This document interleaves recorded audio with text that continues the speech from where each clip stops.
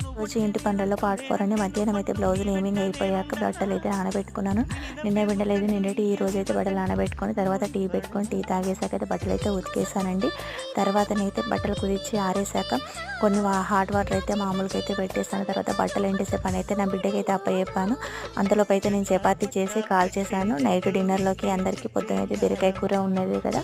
తర్వాత అయితే చపాతీ తినేసి చీరల ఫాల్స్ కుట్టేటివి ఉన్నాయి, చీరల కొంగులు అయితే అన్నీ కట్ చేసి పెట్టుకున్నాను. మధ్యాహ్నమే ఫాల్స్ అయితే ఆరేసుకున్నాను కదా. ప్లీజ్ అండి, వీడియో అయితే చాలా ఎడిటింగ్ చేసి పెట్టాను, ఒక లైక్ అయితే చేయండి. ఇంత పనిలో కూడా వీడియో ఎడిటింగ్ చేసి వాయిస్ ఓవర్ ఇవ్వడం చాలా కష్టం. ప్లీజ్ లైక్ అయితే చేయండి. మన ఛానల్ని సబ్స్క్రైబ్ చేసుకోకపోతే సబ్స్క్రైబ్ అయితే చేసుకోండి.